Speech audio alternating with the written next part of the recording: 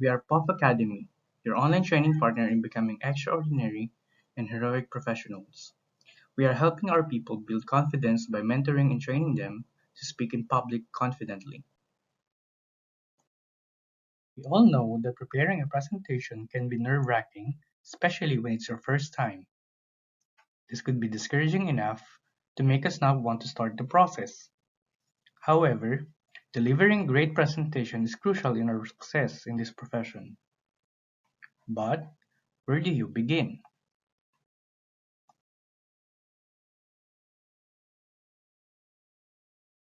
So today, we are going to show you tips and reminders in each of the three phases of a presentation to manage it with ease and stress-free.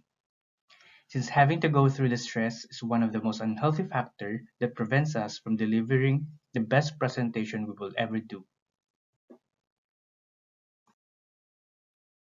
Let's start with the first phase of the presentation, the preparation.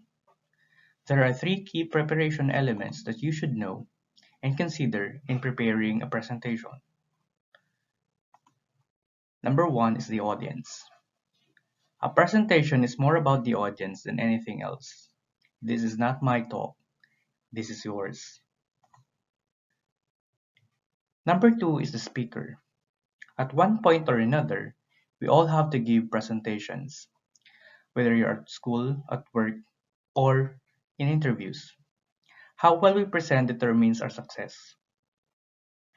And the last one is the content. A content shouldn't be just informative, it should be transformative. Transmo- transformative Transformative aims to change something into what. Number three is content. A content shouldn't be just informative, it should be transformative. Transformative aims to change something in what your audience believes, feel, and do. Let us show you the importance of these key elements and how to prepare a presentation using these three key elements as a guide.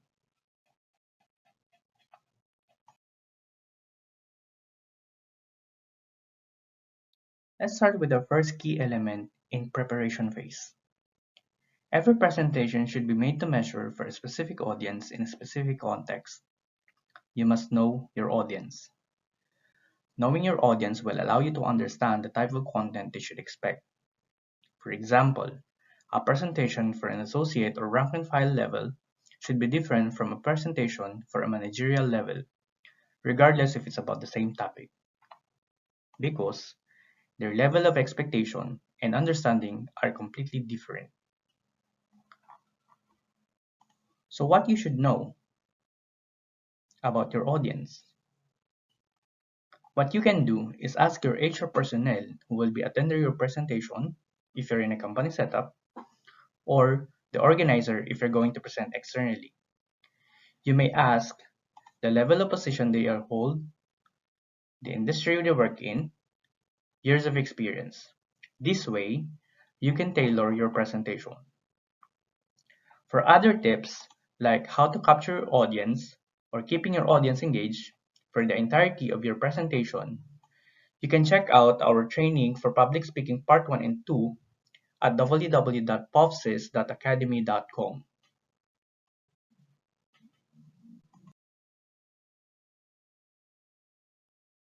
The next element is the speaker.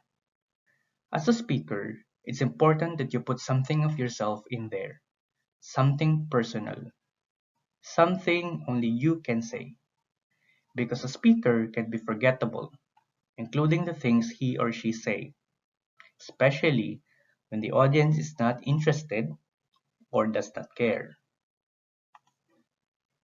But when a speaker share, audience care. Here are some tips on how to do it.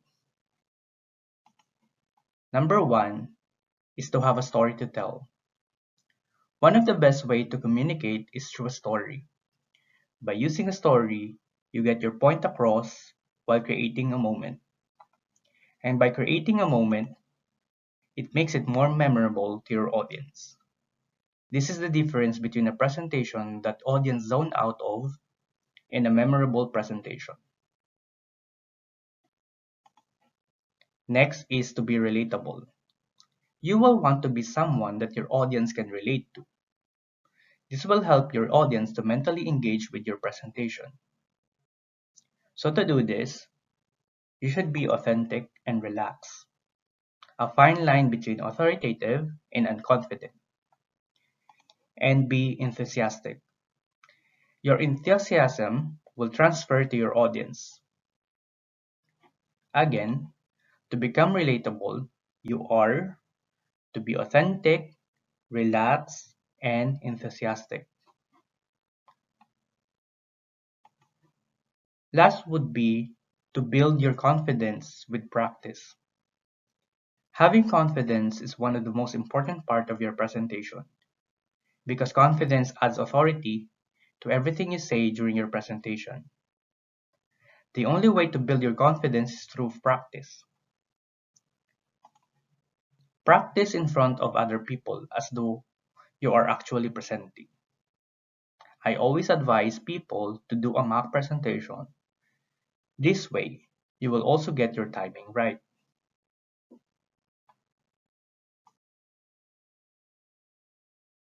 The last element is the content. We can give you 2 tips when it comes to your content. Tip number 1 is to use a visual, like charts, graphs, infographics, to illustrate or convey a concept. Did you know that 65% of people are visual learners? So using a picture can be much more potent conveyor of information and has more impact on the audience. There is a saying that a picture is worth 1,000 words, and visuals make your presentation more exciting.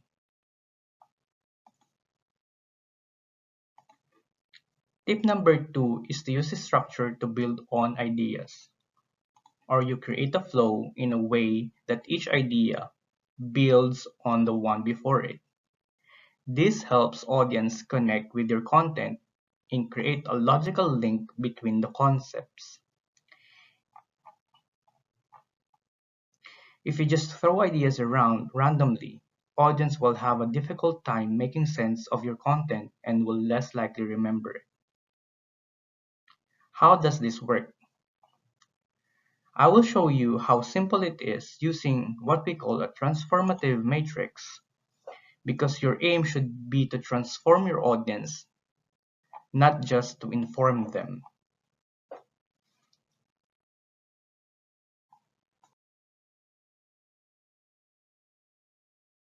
And this is what our transformation matrix looks like. You have what your audience know, believe, feel, and do. There's a start, bridge, and an end. To understand how to transform your audience, you must know first where they're coming from. Alright, so in order to do this, we're going to ask ourselves 4 questions. What does our audience know? What do they believe? What do they feel? Okay, the difference between beliefs and feeling is believing is something that you think and feeling is an emotion. For example, I believe it's a great day. I feel good. Do you see the difference? Good. And lastly, what do they do? Now that you know where they're coming from, you can now work out where you want to take them to after your presentation. Again, we just ask ourselves the same 4 questions, but in the reverse order. What do you want them to do? What do you want them to feel, to believe? And lastly, what should they know? Once you've worked out where they are at the start of your presentation and where you want to take them at the end, it will be easier to bridge the two. And when you follow this process, you'll understand that transformation happens in what they believe, feel, and do. Stopping at changing what they know equals to information only, not transformation. And that's what makes the difference. To appreciate the transformation matrix better, let's take an example.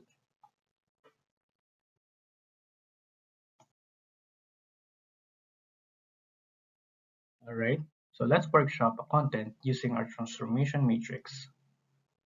The first step is to know and understand where our audience are coming from by asking ourselves these four questions. What does our audience know, believe, feel, and do? Let's begin. So what does our audience know? So they know that presentation is stressful. What do they believe? They believe that presentation equals giving out information and presenting is difficult. What do they feel? So our audience are either bored and resigned. And lastly, what do they do? So most of them cram, aim only to inform, and do not personalize. Now that we have an understanding where our audience are coming from, the next step is to work out where we want to take them at the end of our presentation by asking the same questions in the reverse order. So the first question is, what do we want them to do? So we want them to prepare properly and use our matrix. We want them to aim to transform, not just inform. And of course, to personalize their talks. What should they feel during our presentation? They should feel curious. We want them to be motivated and to feel optimistic. What do we want them to believe? We want them to believe that our matrix works to have a successful talks and presenting can be easy. And lastly, what should they know? Of course, they should know the presentation phases, the elements of preparation, and how to use the matrix. Now that we know where our audience are coming from and where we want to take them at the end of the presentation, the next step is to brainstorm ideas to bridge the two. And to help us brainstorm the ideas, we can use sticky notes. And the first one is, what should they know? Of course, at some point, we have to talk about the preparation, execution, and conclusion, which are the presentation phases. And when it comes to preparation, they have to know the elements. Then, at some point, we have to tell them that most of the talks and presentation are easily forgettable. Then, let them show them how our matrix works, plus an example. How do we make them believe that our matrix works? Of course, we have to show how to use structure to build on ideas. The next one is to make them believe that presenting can be easy by providing them tips during presentation, tips to end the presentation, and another tip to handle an audience.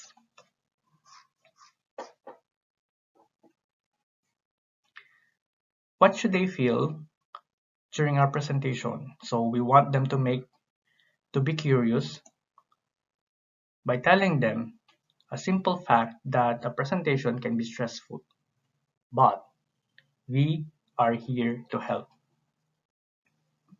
Let's add motivation by emphasizing that at some point we all have to give out presentation. Let's make them feel optimistic by showing them how easy to use our matrix and how powerful it can be. Let's tell them that presenting well determines our success. and that each phases are easy to manage. And lastly, let's have a call to action. There we have it.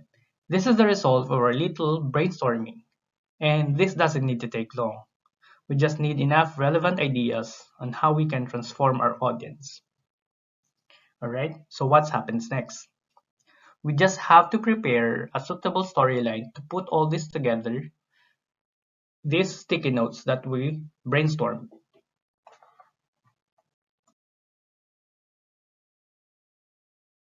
Just like this. Looks familiar? Because this is the presentation you've been watching for the past 15 minutes. This is where we are now. Me showing you how to structure content to build on ideas. And now you have a fairly good idea on what we're going to see next.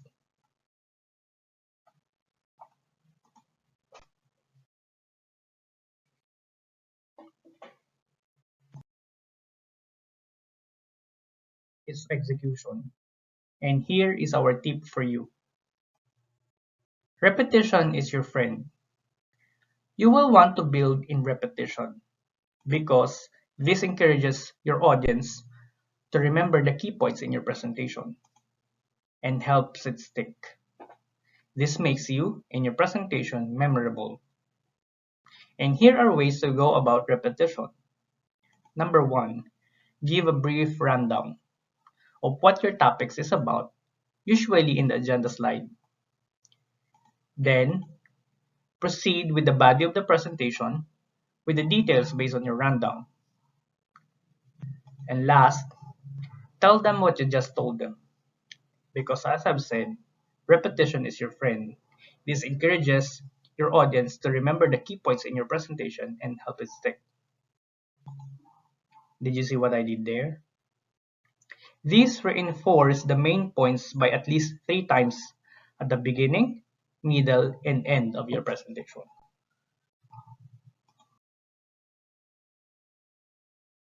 Here are some common concerns and tips during the execution phase of a presentation.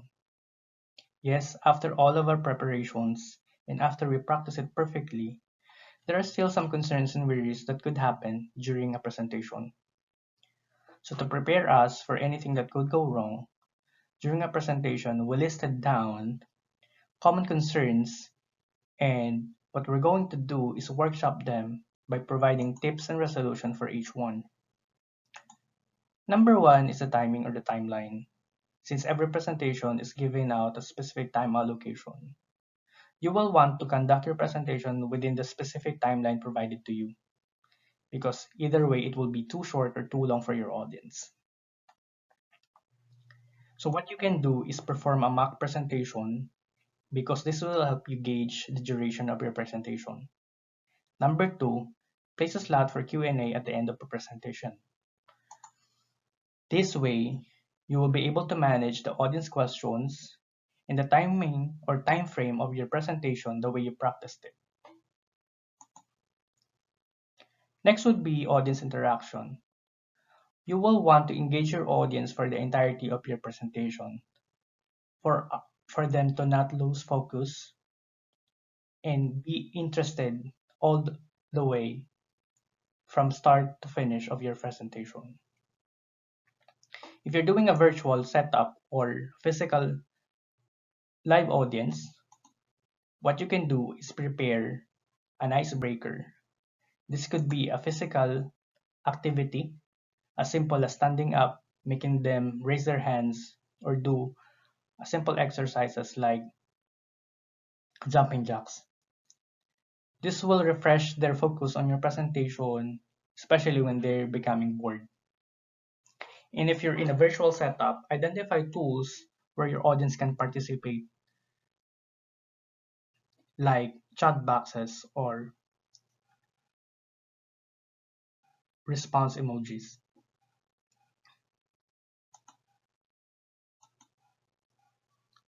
Next would be being stumped. This is one of the most feared or common fear of any speaker. to have lost in thought or blank thoughts during a presentation. So what you can do is prepare a go-to topics. Go-to topics are topics that you are very familiar with, that no matter what happens, no matter what the situation is, you will have something to say about these topics. Here are some 5 go-to topics that you can use to any of your presentation. Favorite Netflix show, current events, food, travel, technology, like apps and gadgets. These go-to topics are a sure hit to any of your audience that you will do a presentation on. Lastly is having a challenging audience. There are times that there is a challenging audience in your presentation that you cannot help it. What you can do in these instances is to have a buffer response. A buffer response allows you time to compose your thoughts instead of saying the first word that comes out of your mouth. I'll be sharing to you 4 response phrases that you can use in any situation, in every question, or any audience that will ever say anything to you.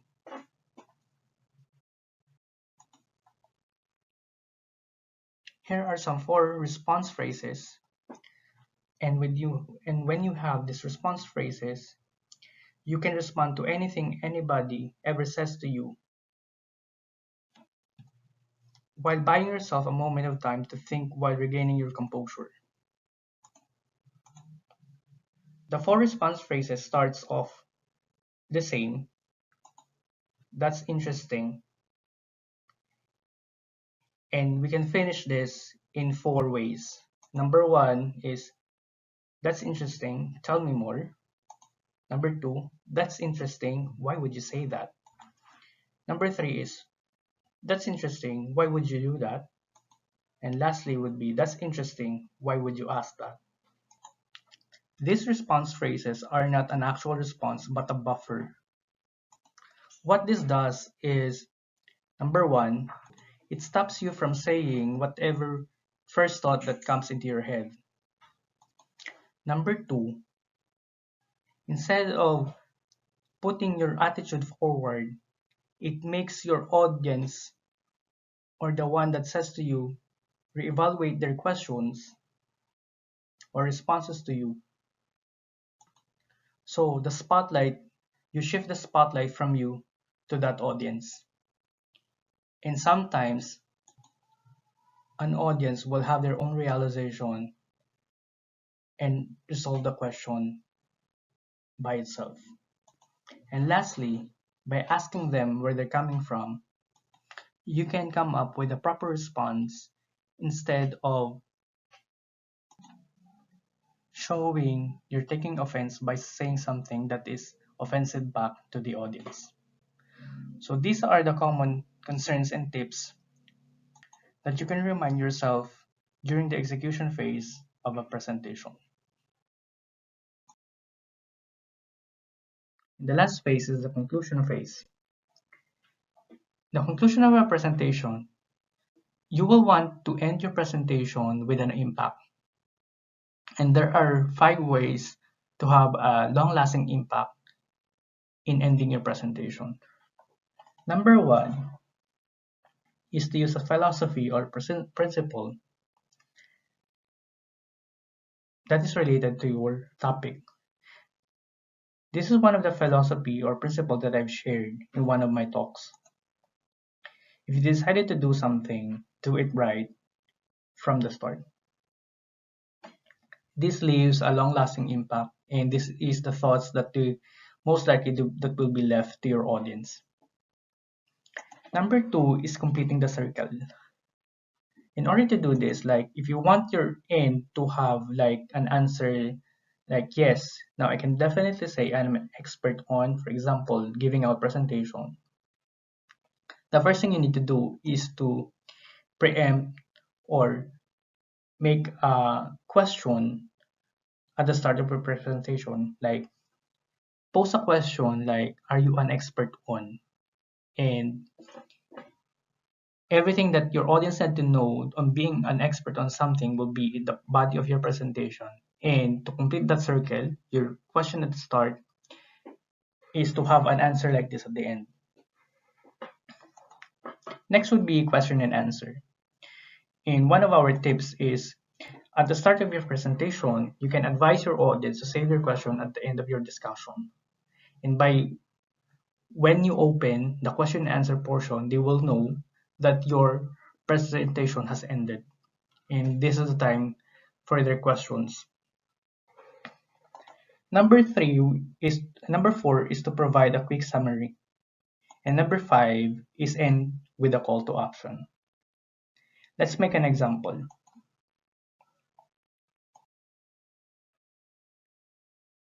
To end our presentation, we'll be providing you a quick summary of the presentation and a call to action. So what we're going to do is recap of the preparation, execution, and conclusion phases. And when it comes to preparation, the thing that you need to know are the key elements, the audience, speaker, and content. When it comes to your audience, your tip is to know your audience. As for the speaker, you have to have a story to tell, be relatable, build confidence with practice. And to your content, you should use a visual and use structure to build on ideas. And while we're on this topic, building ideas, here comes our first call to action. Use the transformation matrix. And our tip number 7 is repetition is your friend. So remind yourself to build on repetition.